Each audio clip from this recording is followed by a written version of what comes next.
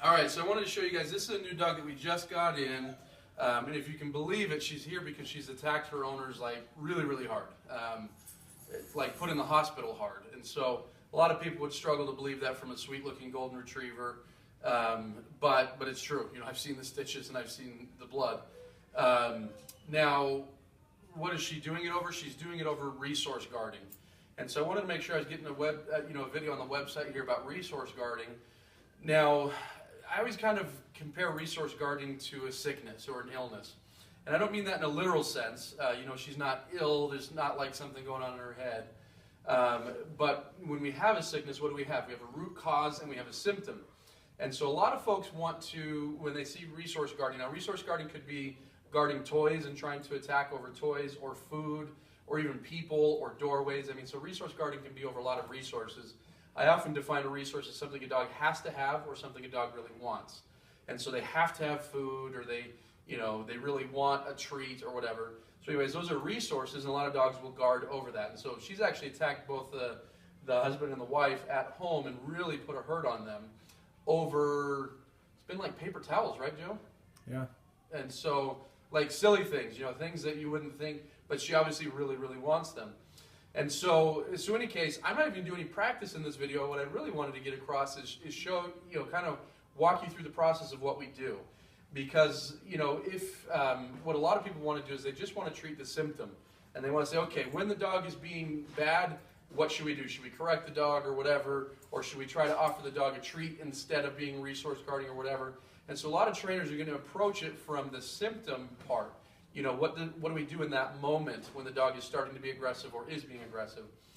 But we often find that really misses the mark, because what we actually need to be doing is we need to address the root cause, which is a need for better relationship. If we had the right relationship, there's no way this dog's going to attack her owners. Now, her owners are great. They've done some training.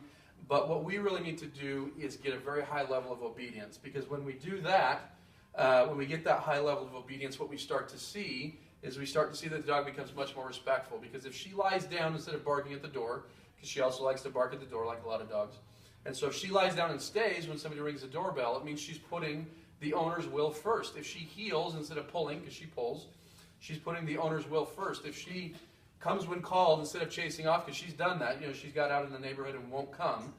If she does that, she's putting the owner's will first. And so the more she puts the owner's will first, the more she looks to him as a leader. The more she looks to him as a leader, less it makes sense. It doesn't make sense to bite the leader over a paper towel. It doesn't make sense to bite the leader over food or what have you.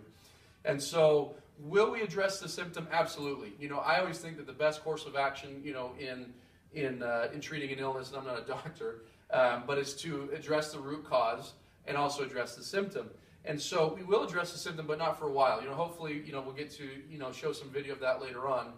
But sometimes there is no video to show, because oftentimes if we get the right relationship, the dog's like, no, I don't want to attack you over that. And so sometimes just going after the root cause solves it. So if it doesn't, we will set it up later. So if we've gone and we've got some really nice structure, we've got some really nice obedience, and she still wants to resource guard, we will set it up, and we'll use corrections. Probably with a leash and training collar, and teach her not to do that. But we're going to start first at getting that solid obedience. Now, what we're going to do, what we're known for here at this company, is our e-collar obedience. Now, this is not, and I want to repeat this because I don't want people getting the wrong idea. When she's guarding, a paper towel, it's not like zap, zap, zap, zap, zap. That's going to make things, typically would make things worse.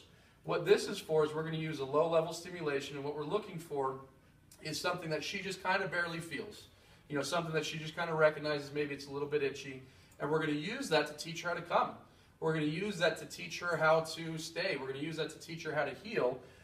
Because what we'll find with that is we can kind of sneak through the back door and get that relationship and get that obedience. Now, why would we use this instead of treats? Simply because we want the dog to realize, hey, you must come. It's fun. We're going to use a lot of praise and a lot of fun, but you must come when called. And that's the problem with trying to do like a treat-style obedience where all you're using is treats. I mean, we can use some food in training her, but if all you're using is just treats, you're going to find that the dog becomes even more entitled, which is where she is today.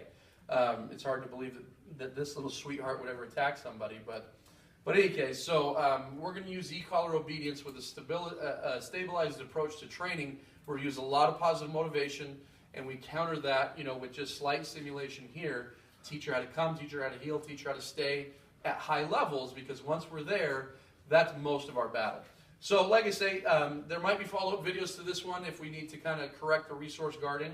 There might not, if she just goes along how I think she might go along, where we get the obedience and the structure and the leadership, maybe we'll show a little bit of that as time goes on. But really, I wanted to get across in a video kind of the blueprint for what you want to do with resource guarding. So hopefully that makes sense. Make sure to ask questions or leave comments if that doesn't make sense, and thanks for watching.